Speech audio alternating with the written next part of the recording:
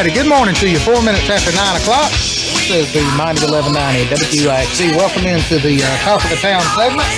We'd like to welcome from the North Carolina DOT, Rick Baucom and Jordan Ashley Walker. How you doing today, Rick? I'm doing fine, Shane. How are you? Oh, good. And you, Jordan? I'm good. Thanks, guys, for having us today. Well, thank y'all for coming because we, like Archie said, he lives out close. He sees this road coming, and a lot of people in the area, I'm sure, are talking about it. I don't know how much information gets talked about as factual, so we wanted to bring y'all in and just, okay, here's what's going on, here's the real deal, and let people's mind be at ease with what's going on. And we do appreciate you coming. As you said, this is your first real interview about this whole thing.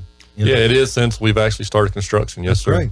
All right, so construction's back on. It is significant because today is the anniversary of the very first traffic light to go up in London in the 19th century. So they're putting them up. We're hoping to take them down as we're all tired of riding on Highway 74.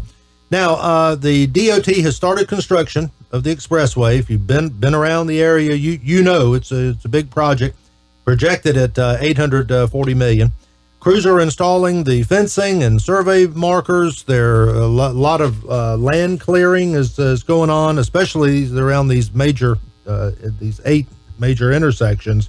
It's just a huge deal. First, I want to ask you, and there's a lot on our plate to ask you. I got to ask this first. Construction started. Of course, we've been talking about is it the bypass? I've seen it on your website as Expressway. What's the name of this thing? Garden Parkway? Well, what is it? Definitely not the Garden Parkway. Okay. This is the Monroe Expressway, and we're calling it the Monroe Expressway because we want to have people know that this project is very similar in nature to the Triangle Expressway.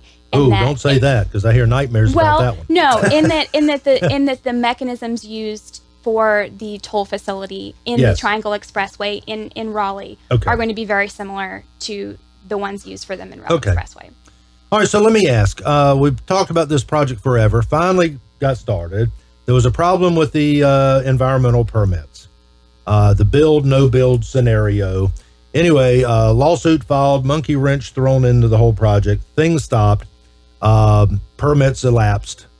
Whole thing had to be redone. It was, and approval was made to restart. And going it, just from what I've seen, I've never built a road, but it looks like it's going pretty fast. I mean, they're really doing some serious work on this thing. Is the Southern Environmental Law Center still a threat for another lawsuit?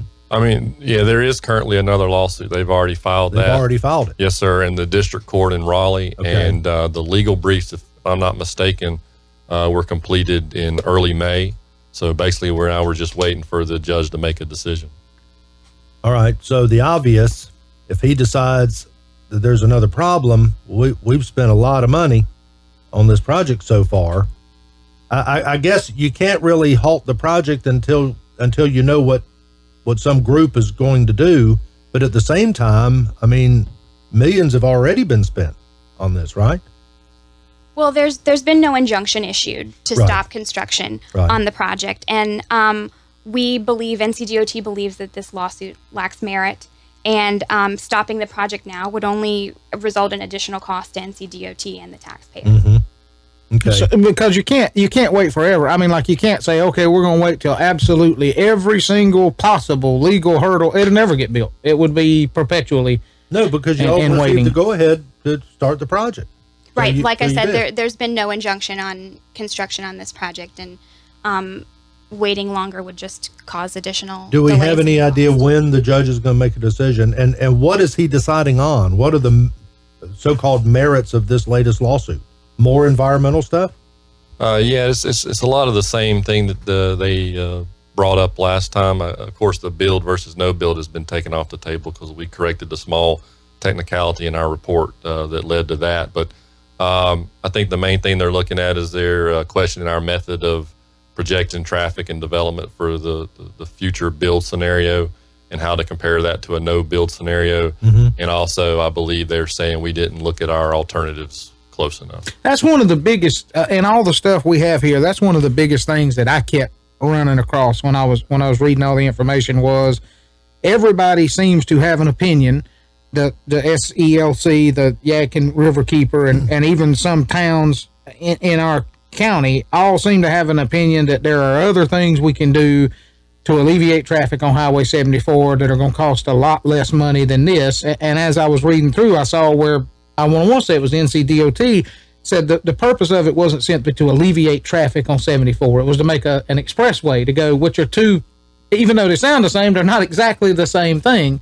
So with all that being taken into consideration, this, I guess, after all the studies, is the best course of action for as far as y'all are concerned.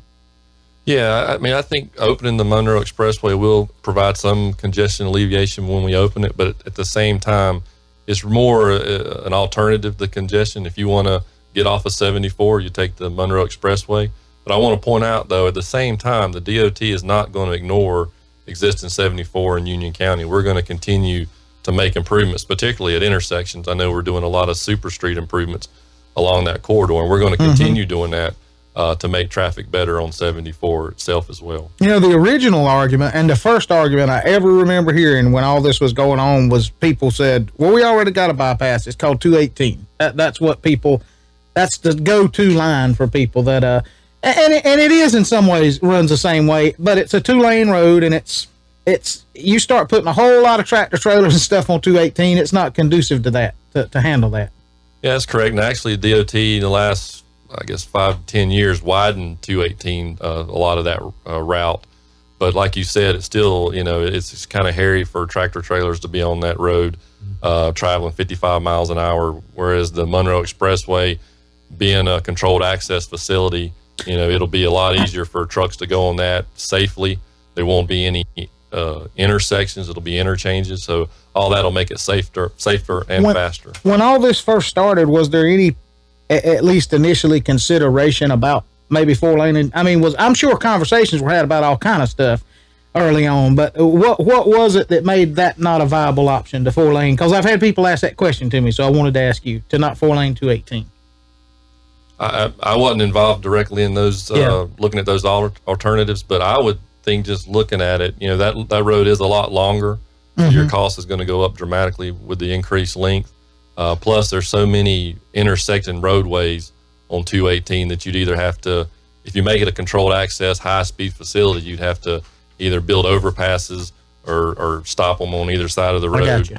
And so that really drives the cost up a lot. So I think we tried to come with the best alternative between getting some type of bypass around Monroe, but at the same time, you know, looking at the cost and trying to make it as inexpensive as we could. Yeah, I got you. All right, well,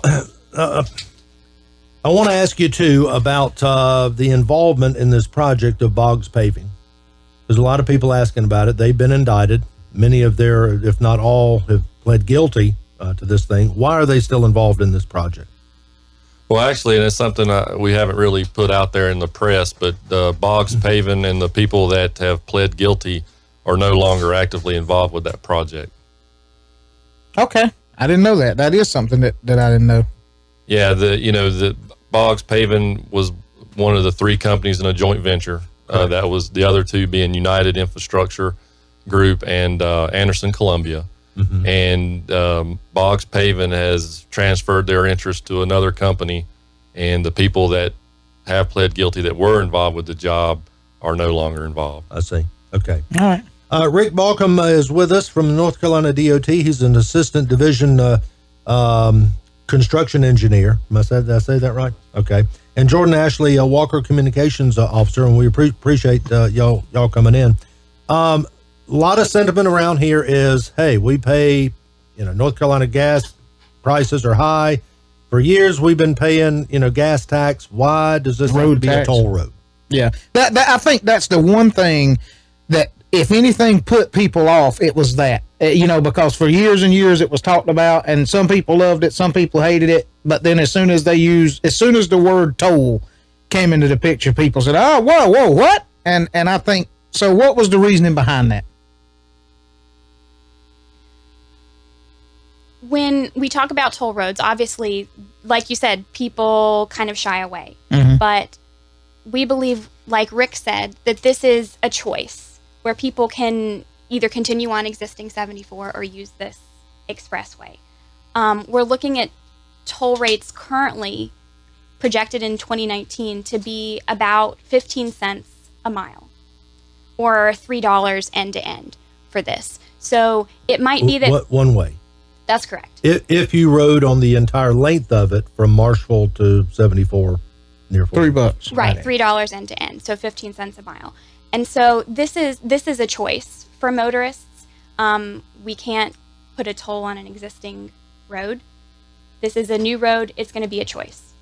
I think what had people, and I completely understand it. I think what had people up in arms was it wasn't something that they thought initially was going to be part of it. It wasn't talked about until some of them felt after the fact. You know what I mean? Like, everything's done, it's signed, we're going to do it. Oh, by the way, it's going to be a toll road. Was the feeling from some of them. I understand what you're saying, absolutely, but and that doesn't fully answer the question. What do you say to people that say we've paid enough in gas taxes over the years to pay for this road without it being a toll road? What's the answer to that? What do you tell those folks?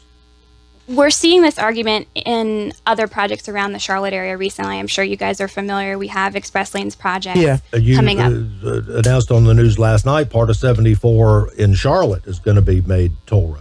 Right. It wasn't announced last night. It was probably on the news last night. Yeah, the project has been, we've been talking about those projects for a while, but we're getting to this point where we're offering motorists a choice. The express lanes are a choice. This expressway is a choice.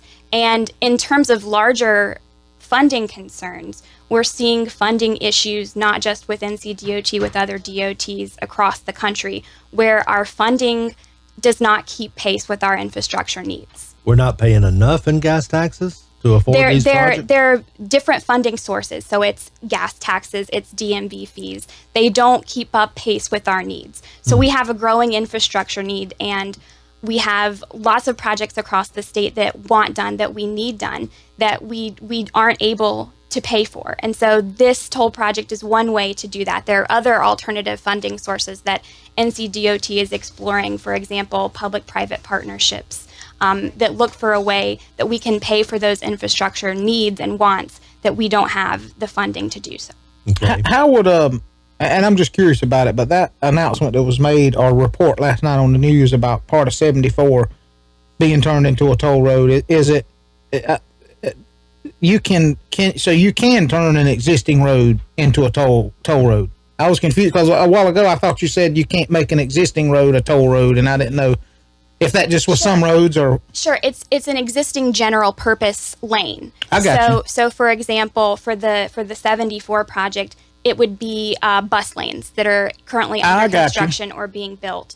A general purpose lane would be a lane like an HOV lane. That would not be a general purpose lane. So we could change an HOV lane into an express lane, as we're doing for the I-77 express lanes project. And you're seeing more of that too in Charlotte, the HOV lanes and you know, with little diamonds on them or whatever. You're seeing a lot more of that. Jordan, dispel this for me. This came out from the SELC. The proposed highway would run parallel to 74, City of Monroe, and connect with 485. But it would saddle the taxpayers with decades of debt. Local commuters would have to pay as much as $1,300 a year to use the highway, yet that revenue is projected to cover less than a third of the project's, they're saying, $898 million cost. To make up the difference, taxpayers statewide will be required to fork out $24 million a year for up to 40 years. True, false? Sure. I want to be careful in that, since it is still pending litigation. Sure. We're not able to address specific complaints, but I don't know if Rick has anything to add to that, other than to say just that NCDOT is confident in this project and is moving forward on it. Yeah, and I would say it is a fact that right now the DOT is putting $24 million a year into the project. Because obviously until we get the road open, we're not able to get tolls and get revenue through that. But plus that is kind of an unknown of what the toll revenue take will be. So there may be a case that DOT is having to put some of its own money in there, but still, in the end, that's still going to be cheaper than if we build it all ourselves without having the toll revenue included. Is there a, and I know this may, I'm sure what the SELC would say would be different because they're trying to portray this thing in a certain way. and I understand that hence the lawsuit. But what are the actual official projections on how much this road, how much revenue this road could take in? I mean, what are the hopes that I'm not talking about SELC, I'm talking about the NCDOT. What do we hope? How many people do we hope rides on this road, I guess is what I'm asking. Or do you even know? Hard to crystal ball that. Yeah, it is, but you know. There's some people that, well, let's talk about this for a second. The projection from you guys for 2030 was it was going to take, what, 70 minutes to get to Charlotte from Monroe? The old way. The old way. Yeah. Versus, what's this, 18 minutes? There are plenty of people that would be glad to pay $3. Especially if they were going to the beach or coming home or something like that, yeah. Rick, correct me if I'm wrong, that we did some of these studies several years ago before we had stopped construction on the project. So I think that when we talk about revenue, we're still continuing to study what that'll be in terms of, since we did have that delay in the project, numbers that we used before might not be applicable or relative to the current situation. Okay. Yeah, that's true. I'm sure they're going to be updated as we continue moving forward and as we decide exactly what the toll rates will be. But yeah, the department feels like in the end it's going to be a benefit to have this project, and we feel like obviously the tolls rates are going to be such a factor, or such the rate will be low enough, we feel like, so people use it. We don't want to have the rate so high that you'd be shooting yourself in the foot if the rates were so high people didn't use it. It wouldn't benefit anybody. I've thought that from the very beginning. It's like, well, what do you think they're going to charge you? If people won't ride on it, what good is it? Can't be that much. You're talking about, we all know what 74 is like with all the stoplights. I'm trying to remember. It's the average travel speed was estimated on the existing 74 is 17 to 21 miles an hour. God almighty. Versus a projected speed limit of 65 on the expressway. Maybe more. I don't. Maybe 70. I don't know, because you know what they did with 485. But so definitely a time saver. But how would you pay? Do we need to get a little transponder or something? Tell me how that works. Or did it read our license plate? Sure. So there'll be two options. One, like you said, would be a transponder that you mount on your windshield. And that would be ideal for people who plan to use this facility regularly. Okay. Because that transponder is then attached to a prepaid account through our North Carolina Turnpike Authority, just as it is in the Triangle Expressway. Any cheaper that way? It is. Okay. Depending on the toll itself, it could be about 30% cheaper to do the transponder as opposed to a bill by mail scenario. Okay. And in that case, they would read the vehicle's license plate and you'd receive a bill in the mail around 30 days later. Okay. The registered owner of that vehicle. That's correct. Yeah. That's correct. Archie, can I borrow your car? Yeah. Where would you get the sticker, the window sticker? You can go through our Turnpike Authority and enter the information that they need, and they'll send you a transponder. You said prepaid. Right. How's that So work? you will give them information just like you would for any other kind of transaction, where they'll take a card. Oh, you put a card on file or something. That's correct. Something like that. And they just charge you as you do it. They just run your card. And also add to that, there's the exact location hasn't been selected yet, but there should be a local Turnpike Authority service center in this area. So you can either do it online, or eventually you'll be able to just go to a store and buy those cards. I don't know what you call it. It's not a bridge. It's not an overpass. Anyway, something where the camera takes your picture. There'll be, I guess, a number of those, mainly at the main intersections of this thing. Because you won't have to ride the whole thing, right? You can get on it. Right. Well, the way it'll be set up, those toll sites will be on like an overhead sign structure, like you see on the interstate now, that spans the entire width of the roadway, and they'll basically be in between interchanges. So it'll pick you up when you get on, and it'll charge you for the first section. But then if you get off before you get to the second section, it doesn't read you at the second gantry, so it only charges you for the first section. So it'll be able to keep up with how many sections you rode on. All right, so let's talk about the interchange locations. I'm assuming nothing's changed. We've got, of course, Highway 74 on either end. Let me ask you too, though, because maybe this is erroneous, but people were saying, why didn't they have the expressway join 485? It looks like it looks like we take it all the way up. We got to get on 74, and then we got to get right back off on 485. Is how the map looks. Why didn't it just merge into 485? Would that not make it easier? My involvement with the project is after the actual routes were selected. And I know when they first looked at it, they looked at a lot of different alternatives, and one of those included carrying it and tying it in the 485 north of existing US 74. Sure, yeah. One thing I could think of that's a benefit of having it where we do now, which is tying back into 74 just east of the 485 interchange, is as the 74 Independence Boulevard projects keep widening coming east, they're adding that express lane as part of that project. And if we're with us already being there, they'll be able to tie into that directly. And you just go, on Expressway, you could, I guess, possibly go on Express all the way from Mooresville down 77 to Independence Boulevard to the Monroe Bypass Expressway.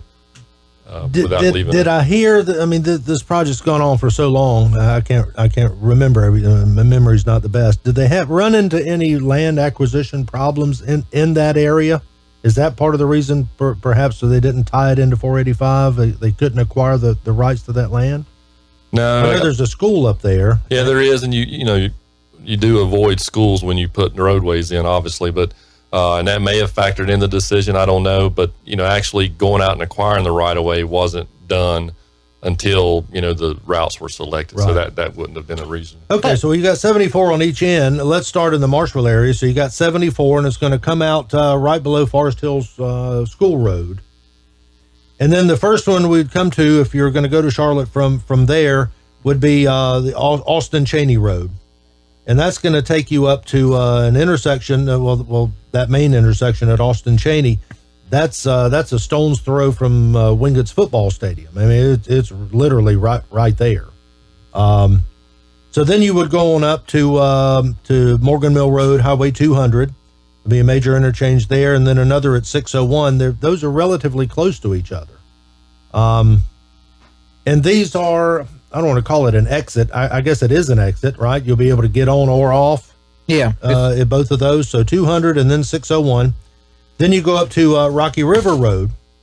There'll be another one. Then Unionville Indian Trail, and then Indian Trail Fairview Road, and then out on Highway 74 up at the end. And the whole deal about 18 minutes, right?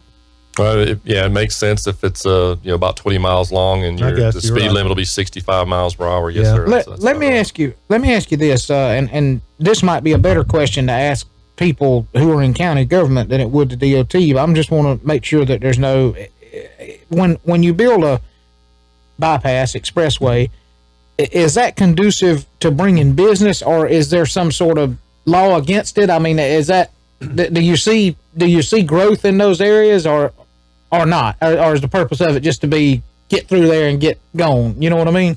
Well, being the Department of Transportation, Shane, our job is to move people and vehicles, goods, from one point to another. It really is, like you said, up to the local government. More to the county than it is. To allow development or not. It's all, in the zoning that they allow at those sections. So we don't really play a part in that. So, if you don't zone it and keep an eye on that, it could end up like, 485 did, where you get a lot of development around it. That's what I want to ask you about. This will be a 4-lane road. Yes, sir. 2 lanes in each direction. Right. Any thought about, I mean, who would have thought, but 485 wasn't big enough when they opened it. So any thought that this, I don't foresee it needing to be widened, but is that an option down the road? Is it being built that way, so to speak? Acquired where it could be widened should it need to? Yeah, most DOT roadways, when we build a 4-lane divided facility, that you have room to widen to the median. Okay. You just reduce that median width as much as you need to. Now, give me a sense of, we're back to Marshville again, and we're going to drive this thing at Austin Cheney and Morgan Mill and Concord Highway and all that. Will we, if we're riding on the expressway, we'll go over, like when I get up to 200, will 200 be under me or over me? I guess under me. You're going to build bridges at all these intersections, right? That's correct. All the interchanges obviously would have bridges. Yes. I want to say more often than not, the bypass will be going under the major roads. I'm not sure if I think I'm trying to envision Martin Luther King. Martin Luther King goes over. If you're riding on MLK, it goes over. There's a bridge goes over 84. I guess it just depends on the topography. How it does, Shane. That's a good point. I mean, when you're building a road, the one thing you want to try to do is balance your dirt work. So have less hills. Right. So this job right now, as it's designed, is already a borrow job, which means there's not enough dirt in it to in the cuts to build it. So you try to minimize, if that's the case, you try to minimize where you got the main line going over the Y lines, because that's a lot of fill. Relatively speaking, it's more narrow if it's the minor street versus the expressway itself. So that's probably the reason why they're looking at most of those bridges will be going, or most of those places, the expressway will be going under the Y lines. That's interesting. Okay. Can we expect down the road, not immediately, to lose some lights on Highway 74? We take some congestion off of it? I'm not really sure how that will work. I mean, obviously, as I said earlier, the DOT is still committed to doing roadway improvements on 74. Rick, that's a no. Well, I mean, think about it. What lights would you take down? Because it becomes a safety hazard at that point. What are you going to do? Put up a caution light instead of a traffic light? I mean, those are all major Stallings Road. I mean, they're all fairly dangerous intersections. Right, and that. What happened back in the day at Midland, what they call Hell's Half Acre, because they had a caution light. They went to a flashing red light. No, people couldn't figure it out, and there was a lot of head-on collisions.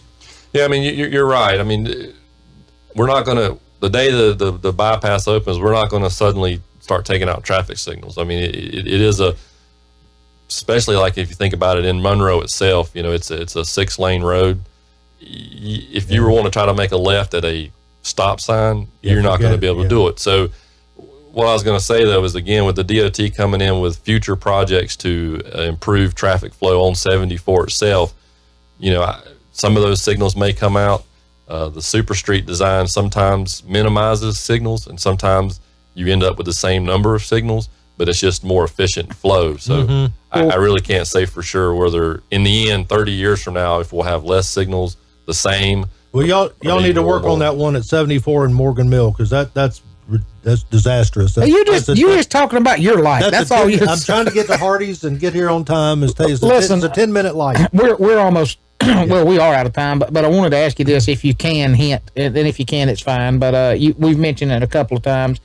Any ideas in stone yet, or anything that you can say what some ideas for 74 are? Because, I mean, coming down the line, I know you said they're making some improvements coming this way. So can you tell us just a little bit about what that vision is, what they're going to try to do with Highway 74? Yeah, well, in Monroe itself, I haven't heard a lot about the future projects. I know there are some that we're looking at. I know there's already plans underway right now for a project that should start next year that will start Super Street intersection improvements on the intersections on the west side of the project, or 74, starting there at Indian Trail Road. I think they're doing 4 or 5 intersections moving east. I think it goes all the way to the Wesley Chapel Stouts intersection.